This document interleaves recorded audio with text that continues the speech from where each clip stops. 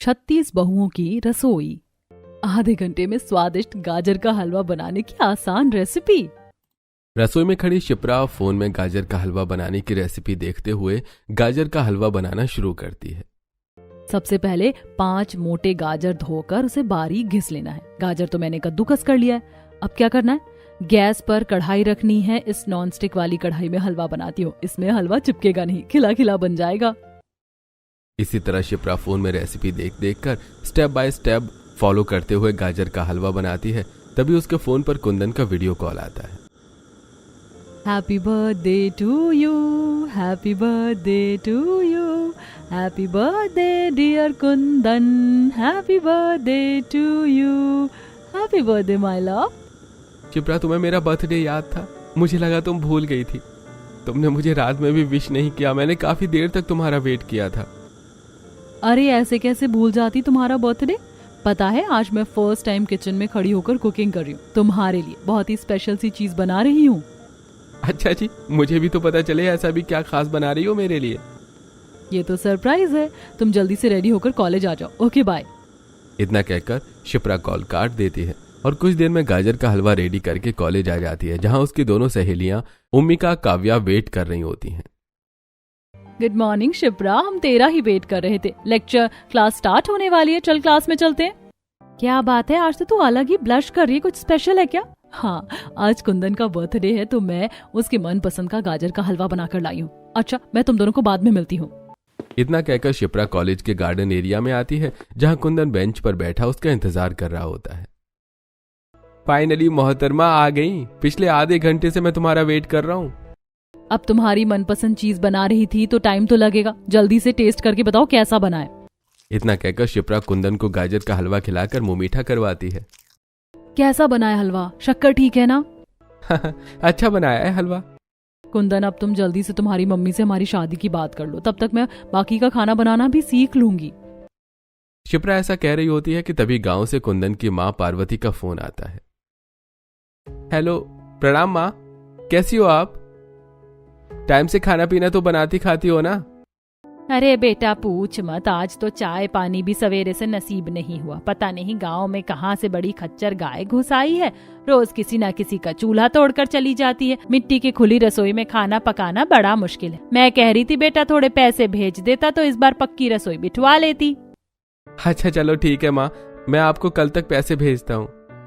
अच्छा रखता हूँ माँ, प्रणाम। इतना कहकर कुंदन फोन रख देता है।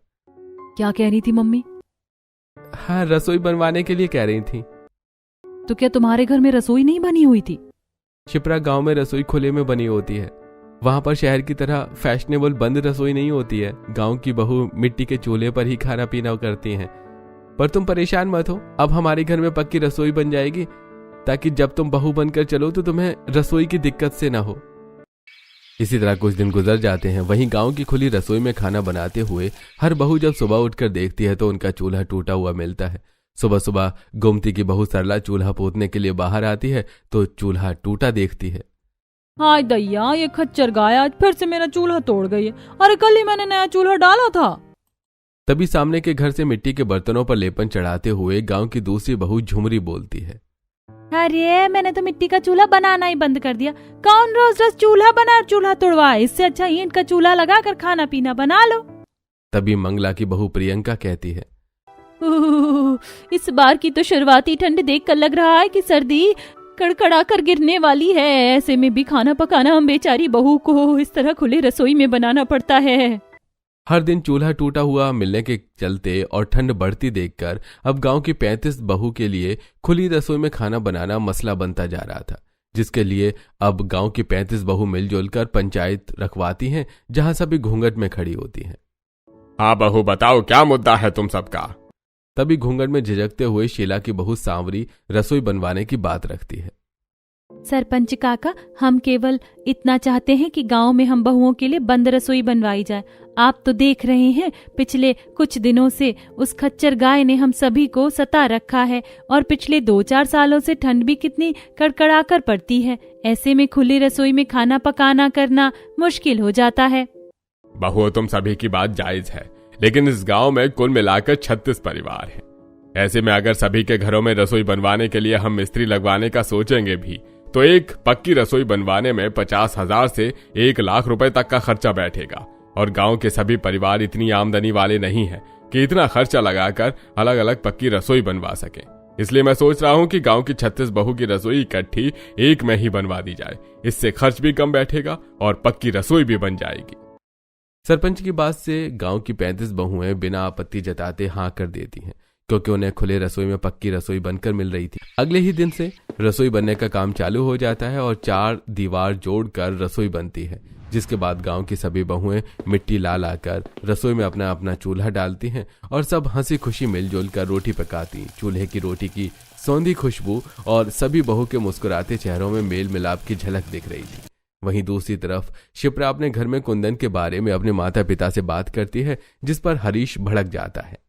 केत की दिमाग खराब हो गया है तुम्हारी बेटी का, समझाओ इसे। अरे शहर में एक से बढ़कर एक अच्छे अच्छे लड़के हैं, पता नहीं क्या देखकर वो उस गांव वाले लड़के को पसंद कर बैठी है। पापा, मैं कुंदन को पसंद करती हूँ, इसमें गलत क्या है? वो कोई अनपढ़ तो नहीं, पढ़ा लिखा वेल एजुकेटेड है। आपको पता भी है वो पूरे कॉलेज में टॉप ऑफ द स्टूडेंट है। माना कि वो गांव से बिलोंग करता है, लेकिन उसका नेचर, उसका बिहेवियर काफी अच्छा है।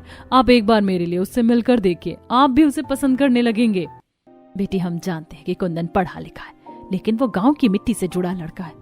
अरे गांव के लोगों का रहन सहन शहर के मुकाबले बहुत अलग होता है, तो वहाँ के माहौल में नहीं ढल पाएगी। तूने आज तक गांव को कभी देखा भी नहीं है, वहाँ पर रसोई भी खुले में बनी होती है। आज तक तुझे लाइटर से चूल्हा चलाना नहीं आया, तो वहाँ पर मिट्टी के चूल्हे पर कैसे खाना बनाएगी? माँ, कुंदन मेरे लिए पहले ही पक्की रसोई बनवा चुका है, तो कोई प्रॉब्लम नहीं आएगी। और गांव कोई बुरा थोड़ी है, वहाँ के लोग भी तो रह रहे हैं। आखिर में शिप्रा के माता पिता उसकी शादी उसके पसंद से करवा देते हैं। शिप्रा कुंदन के साथ उसके गांव आती है, जहां गाड़ी कच्चे रास्ते से गांव की तरफ बढ़ती है। दोनों तरफ खेतों में फसलें लहलाती हुई दिख रही थी। वहीं कुछ औरतें खेतों में काम कर रही थी। ठंडी ठंडी हवा चल रही थी। गांव का खुला वातावरण देखकर शिप्रा को काफी अच्छा लगता है। यहाँ का वेदर तो कितना ज्यादा अच्छा है, यहाँ पर कितना पीसफुली एनवायरनमेंट है, सो ब्यूटीफुल। देखना 2-4 दिन में ही तुम्हारा गांव में खूब मन लग जाएगा। कुछ ही देर में गाड़ी एक कच्चे से मकान के बाहर रुकती है, जहां गांव की सभी सास बहू देखने के लिए आई हुई थी। जैसे ही शिप्रा गाड़ी से नीचे उतरती है तो दंग हो जाती है। इन सभी लेडीज ने इतना लंबा चौड़ा घूंघट क्यों निकाल रखा है? कुंदन ने तो मुझे बताया भी नहीं था कि वो इतनी बड़ी जॉइंट फैमिली से बिलोंग करता है। बिल्कुल केले के गुच्छे की तरह लोग दिख रहे हैं। गांव की 35 बहू को एक साथ देखकर शिप्रा गलतफहमी खा जाती है। ये तो 36 सास खड़ी हैं, पता नहीं इनमें से मेरी सास कौन है। शिप्रा अभी ऐसा सोच रही होती है कि तभी पार्वती आरती की थाली लेकर आगे आती है और उसकी आरती करती है। बहू, मैं कुंदन की माँ हूँ। तुम्हारी सास और ये गांव की बाकी बहुएं हैं जो तुमसे पहले ब्याह कर इस गांव में आई हैं, और ये उनकी सास है। ये सुनकर शिप्रा एक ठंडी सांस भरती है। थैंक गॉड कि ये सभी गांव के परिवार हैं, वरना मैं तो बेवजह सोचकर परेशान हो रही थी कि मुझे इन 35 बहुओं के साथ एक ही रसोई में खाना बनाना पड़ेगा। कुछ ही देर में पार्वती शिप्रा का गृह प्रवेश करवा के अंदर लाती है। गांव की सभी सास बहू पार्वती की बहू देखकर तारीफ करती हैं। पार्वती, तुम्हारी बहू तो दूध जैसी गोरी सुंदर है। अब तुम भी बहू वाली हो गई हो। अब तो तुम्हारे घर में भी रोटी पानी पका कर खिलाने वाली बहू आ गई है। हाँ गोमती बहन, अब तो दोनों टाइम की रोटी मुझे मेरी बहू बनाकर खिलाएगी। अच्छा बहन, हमने बहू भी देख ली, अब हम चलते हैं। सीता के कहने पर अब सभी जाने लगती हैं। तभी जाते जाते प्रियंका घूंघट में से कहती है, अच्छा देवरानी जी, हम चलते हैं, कल रसोई में मिलते हैं। प्रियंका की रसोई से मिलने वाली बात शिप्रा को संकोच में डाल देती है। ये ऐसा क्यों बोल कर गई कि रसोई में मिलते हैं, जैसे कि 36 की 36 बहुएं एक रसोई में खाना बनाएंगी। इसी तरह से अगला दिन शुरू होता है। शिप्रा ठंड में जल्दी सुबह उठकर घर साफ सुथरा करके नहा धो लेती है। हे भगवान, बगैर गीजर के ठंडे ठंडे पानी में नहाने में मेरी तो बर्फ ही जम गई। फटाफट से जाकर गर्मा गर्म चाय बनाकर पी लेती हूँ, शरीर में थोड़ी गर्माहट आएगी। शिप्रा चाय बनाने के लिए घर में रसोई देखने लगती है, लेकिन ना तो उसे चूल्हा मिलता है और ना ही रसोई नजर आती है। पूरा कमरा, घर, आंगन, हर जगह छान मार लिया, लेकिन रसोई चूल्हा कहीं पर भी नहीं दिख रहा। कहीं मेरा ससुराल बिना रसोई का तो नहीं है? ससुराल में रसोई चूल्हा न दिखने पर शिप्रा काफी ज्यादा कश्मकश में आ जाती है। तभी उसे घर के पीछे वाली दीवार से सास पार्वती गोबर के उपले उखाड़ते हुए दिखती है। मम्मी जी, आप यहाँ पर हैं? हाँ बहू, आज तेरी चूल्हा चढ़ाई की रस्म है ना, इसीलिए मैं सूखे सूखे उपले निकाल रही थी। आज 36 तरीके के पूरी पकवान बनाने के लिए उपले भी तो ज्यादा लगेंगे। मम्मी जी आप मुझे रसोई दिखा दीजिए, तब तक मैं तैयारी कर लेती हूँ। मैं कब से रसोई ढूंढ रही हूँ लेकिन रसोई मुझे मिली नहीं। बहू, रसोड़ा घर में बना होगा तब तो तुझे दिखेगा। मम्मी जी घर में रसोई नहीं बनी तो क्या मुझे बिना रसोई के खुले में खाना बनाना पड़ेगा? अरे नहीं नहीं बहू, चल मैं तुझको चलकर रसोई दिखाती हूँ। तू सारा सामान टोकरी में सहेज ले। पार्वती के बोलने पर शिप्रा खाना पकाने का सारा सामान, आटा, दाल, शक्कर, बर्तन, तेल, मसाले, माचिस सब कुछ लेकर गांव के बीचों बीच बनी बड़ी सी रसोई में लाती है, जहां सभी बहू ने अपने अपने परिवार के हिसाब से चूल्हे बना रखे थे। तो कहीं 2 मुंह वाला चूल्हा दिख रहा था, जहां गांव की 35 बहुएं एक ही बड़ी सी रसोई में इकट्ठे खाना बना रही होती हैं, जिसे देखकर शिप्रा काफी ज्यादा शॉकिंग रिएक्शन करती है। अरे सावरी बहन, तुम मसाला पीस रही हो ना, जरा मेरा भी ये मसाला पीस दोगी? चूल्हे की आंच काफी ज्यादा तेज है, मैं मसाला पीसने जाऊंगी तो सब्जी फटसट हो जाएगी। अरे सरला बहन, ये भी कोई पूछने वाली बात है? अब मैं सिलबट्टे के आगे बैठी हूँ तो तुम्हारा भी मसाला लगे हाथ पीस दूंगी। तुम बस मेरी सब्जी चला देना। अब 36 बहू की एक ही रसोई है और वैसे भी मिलजुल कर बनाने से खाना जल्दी बन जाता है। जहां गांव के रहन सहन में ढल चुकी 35 बहू के लिए एक रसोई में खाना पकाना करना बहुत ही मेलजोल था, वहीं 36 बहू वाली एक रसोई देखकर शिप्रा की शक्ल बनी हुई थी। अरे ये रसोई है या धर्मशाला? 36 बहू के लिए बस एक रसोई बनवा रखी है और इस चूल्हे से बिल्कुल चिमनी की तरह धुआं धुआं मच रहा है। मेरे बस की नहीं है इस 36 बहू वाली रसोई में खाना बनाना। अरे शिप्रा बहू, क्या हो गया? देखो वहाँ एक चूल्हा खाली है ना, जाओ तुम जाकर उस पर खाना बना लो। मम्मी जी मैंने आज से पहले कभी भी मिट्टी के चूल्हे पर खाना नहीं बनाया है। शहरी देवरानी जी तुम बिल्कुल भी चिंता मत करो, हम बहुएं तुम्हें चूल्हा चलाना, खाना पकाना अच्छी तरह सिखा देंगे। अरे पार्वती बहन, अब तुम यहाँ पर खड़ी क्यों हो? मेरी प्रियंका बहू है ना, वो तुम्हारी बहू के साथ खाना बनवा देगी। इतना बोलकर मंगला पार्वती को रसोई में से ले जाती है, जिससे शिप्रा का 36 बहू वाली एक रसोई में खाना बनाने से बचने का बहाना फेल हो जाता है। अब वो जल्दी से अपना खाना बनाने का सामान चूल्हे के पास लाती है और उपले को साबुत चूल्हे में लगाने लगती है, जिसे देखकर उसके बगल में खाना बना रही सरला बोलती है, अरे अरे शहरी देवरानी जी, ऐसे आज जलाओगी तो पूरा दिन आज जोड़ने में ही लग जाएगा। पहले चूल्हा पूजन कर लो। इस गांव में चूल्हा पूजा करने का भी कोई रिचुअल है क्या? मुझे इसके बारे में पता नहीं है। गांव की रसोई तो रीति रिवाज के हिसाब से ही चलती है। हमारे यहाँ जब भी कोई नई नवेली बहू आती है और पहली बार चूल्हे पर कुछ पकाती है तो उससे पहले चूल्हे की पूजा करती है। यही इस गांव की मान्यता है। लेकिन मुझे तो इसके बारे में बिल्कुल भी नॉलेज नहीं है। कोई बात नहीं, हम तुम्हें जैसे जैसे बताते हैं वैसे वैसे करते जाना।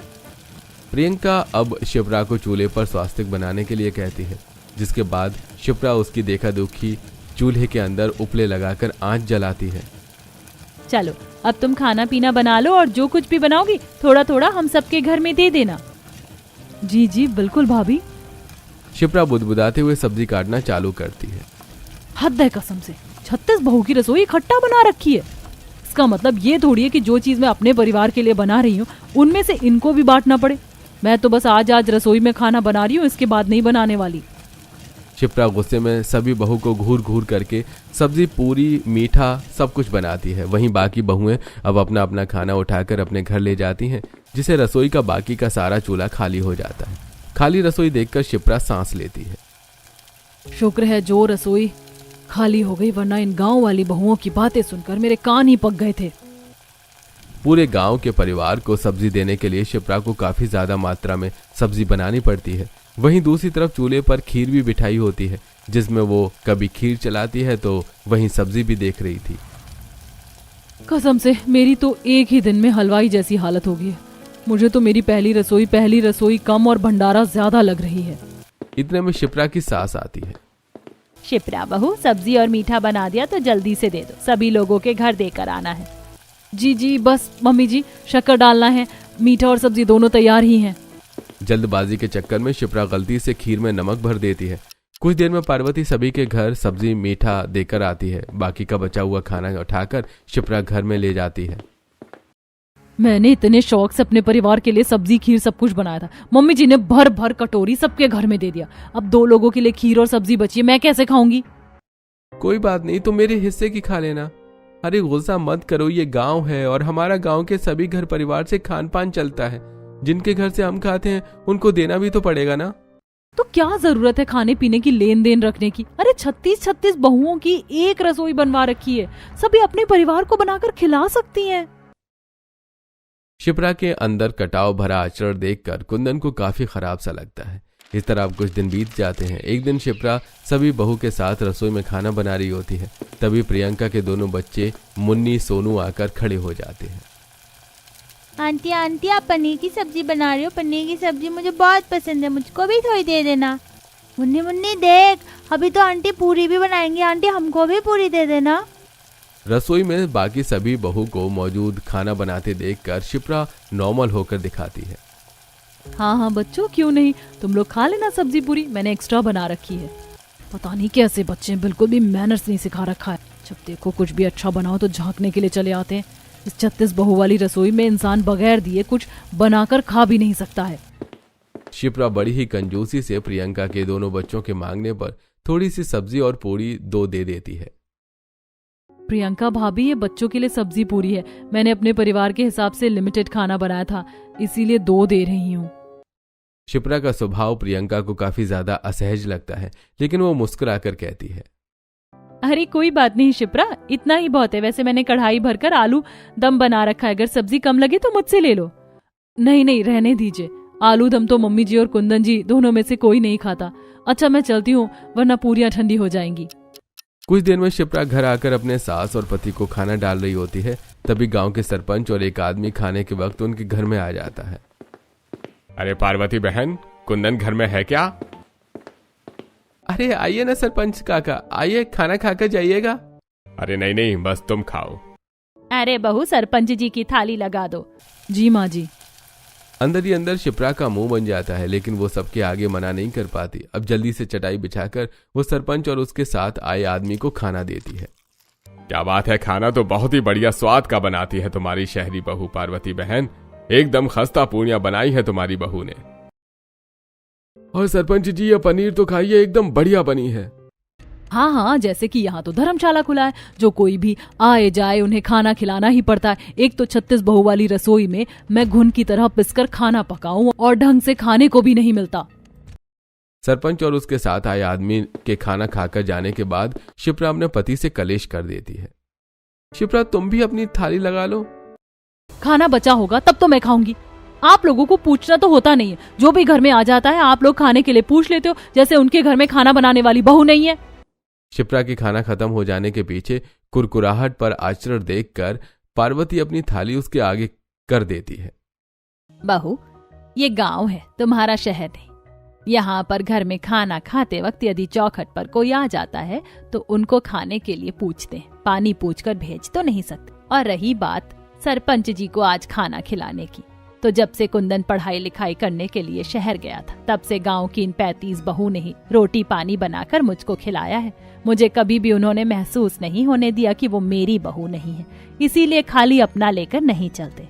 हम जहाँ रहते हैं वहाँ के लोगों से बनाकर और जोड़कर रखना पड़ता है। मम्मी जी, आप लोगों को बनाकर जोड़कर रखना है तो रखिए, मैंने मना नहीं किया, लेकिन अब मुझसे 36 बहू वाली रसोई में खाना नहीं बनेगा। मैं अपने घर में ही खाना बनाऊंगी। कुंदन, तुम मेरे लिए गैस चूल्हा खरीद कर ला दो, या मुझे खुली रसोई में खाना बनाना मंजूर है, लेकिन मुझे उन गांव की 35 बहू के साथ खाना नहीं बनाना। लेकिन शिप्रा, इस तरह से एकदम से चूल्हा अलग कर लेना बिल्कुल भी अच्छा नहीं लगेगा। तुम्हें किसी से बोलना चालना अच्छा नहीं लगता तो बस अपना खाना बनाकर आ जाना।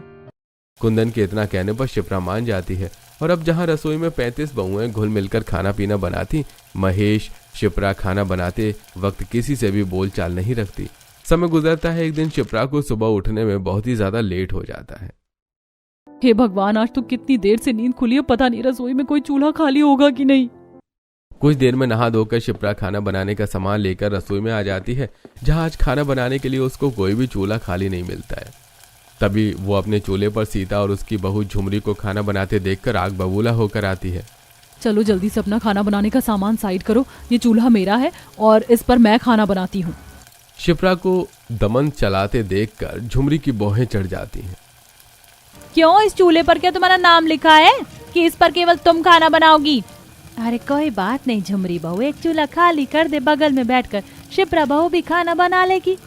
एक चूल्हा नहीं, मुझे दोनों का दोनों चूल्हा खाली चाहिए, मुझे लेट हो रहा है। हाँ तो जल्दी खाना बनाने के लिए जल्दी उठना चाहिए था। एक तो खाना बनाकर तुम चूल्हे में राख भरी छोड़ देती हो और कभी चूल्हा भी नहीं पोतती हो। रोज सवेरे सवेरे मैं ठंड में चूल्हा पोतती हूँ, इसीलिए पहले मुझको खाना पका लेने दो, तब तक प्रतीक्षा करो। देखते देखते दोनों के बीच तू मैं चालू हो जाती है और 36 बहू वाली रसोई में गर्मा गर्मी भरा माहौल हो जाता है।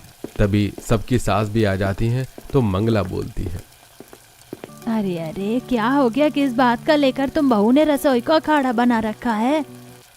हरी माँ जी, इस पार्वती काकी की बहू ने हम सभी बहू की नाक में दम करके रख दिया। जब देखो ऐसे बनकर दिखाती है जैसे कि रसोई इसकी अकेले की हो। 36 बहू को एक ही रसोई में खाना पीना करना है तो थोड़ा समझ कर चलना पड़ेगा इसे भी।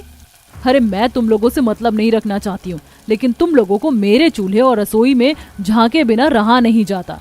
जब भी कुछ अच्छा बनाऊं मुंह उठाकर मांगने चली आती हो। शिप्रा, किस चीज की सब्जी बनाई है, थोड़ी देना।